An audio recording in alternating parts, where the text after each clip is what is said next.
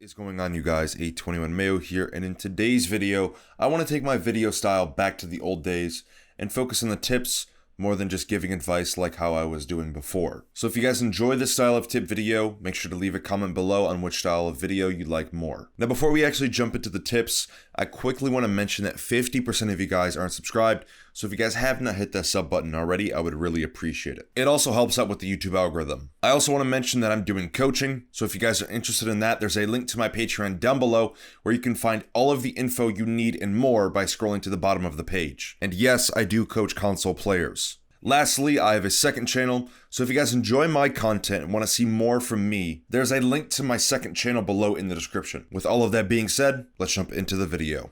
The very first tip I want to talk about is understanding how to read your teammates' body language. It's important to do this for a lot of reasons, but the main reason why I'm going over this first is because I'm sure all of you been there where your teammates are doing something or push and don't say anything and then die because they wanted to go on their own. Whenever you're solo queuing, a large majority of the time you're going to have teammates who don't communicate at all, which is why this tip is so important. So if you're ever trying to attack with your team, just take a moment and look around at your teammates and understand where everyone is and where they're looking.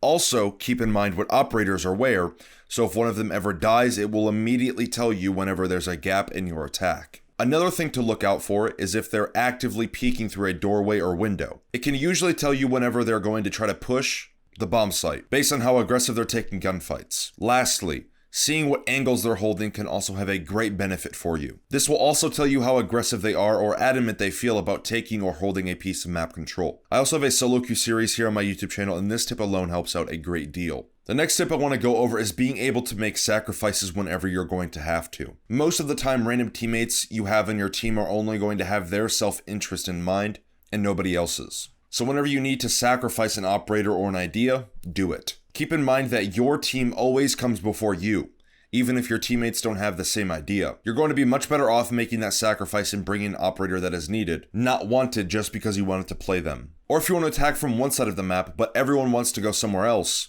just go with your team. It will be much better in the long run. The third tip in this list is never expect anything out of your teammates.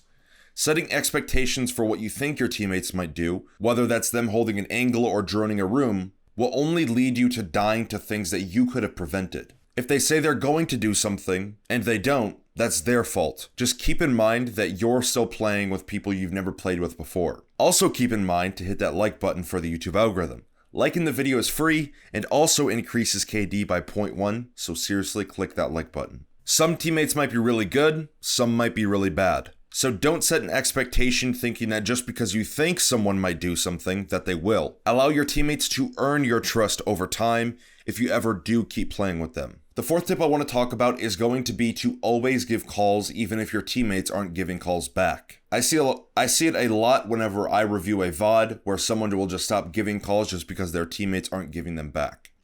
It's important to understand how crucial communication is in this game. Don't fall into the trap of saying, well, if they don't give calls, neither am I. Even if they don't respond back, that information you're giving out will always be better than no information at all. So always communicate. The fifth tip I want to go over is to make sure that you go into a solo queue game being mentally prepared. Your state of mind and readiness is a very underlooked aspect in this game. Your state of mind and thoughts has much more of an impact on you as a player than not warming up physically.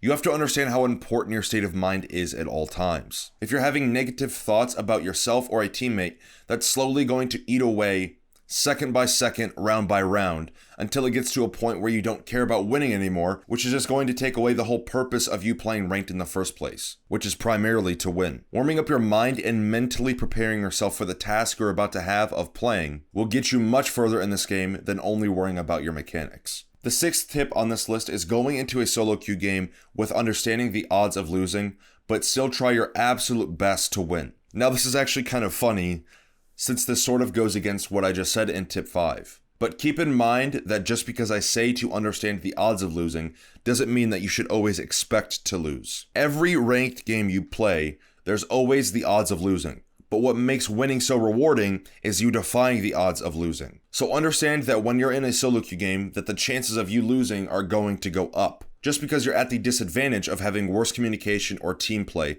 versus the enemy who might be in a 5 stack. If you truly wanted to win every single ranked game, you wouldn't be solo queuing in the first place. You would be in a 5 stack. The 7th tip is to understand how and when to refrag your teammates. If you guys are unfamiliar with the term refragging, it's the action of killing or trading a teammate's life for the enemy who killed them. This is a huge thing that you can start implementing today in your solo queue gameplay that can really help you push for that even man count when you play. Since most of the time, at least from my experience, when in a solo queue game, objective play isn't seen as much as just winning by frags is. So understanding the skill of reading a situation and really trying to trade your teammates who die can have a great effect on how many rounds you win or lose. The next tip I want to talk about is not being afraid to mute or ignore your teammates. I'm sure some of us have experienced the toxic players in the solo queue games. They either get upset with you or are just toxic in general. Those kinds of player aren't worth your time or energy, so just mute them and move on. There's no reason they should be able to eat away at you just because of the things they're doing or saying. The 9th tip on this list is to try to coordinate with your teammates. There will be games with players who want to win just as bad as you, so their communication and team play will be better than other games you've played in the past. So use that to your advantage.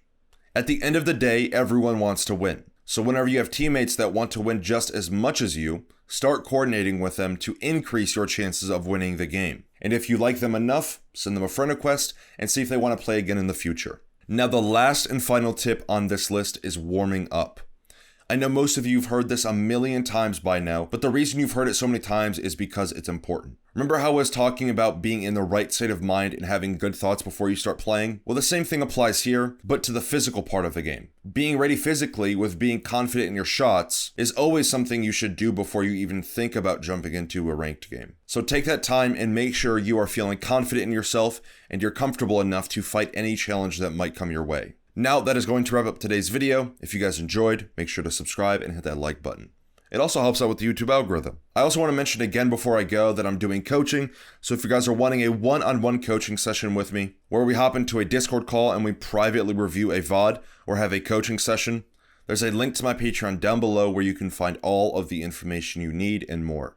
And yes, again, I do coach console players. Lastly, I want to mention that I have a second channel, so if you guys want to see more content from me, there will be a link to that in the description. There's also a link to the Wichita Wolves, which I am a content creator for, so if you guys want to support them, I would really appreciate it. With all of that being said, hope you guys enjoyed, I hope you learned something new, and I will see you guys in the next video.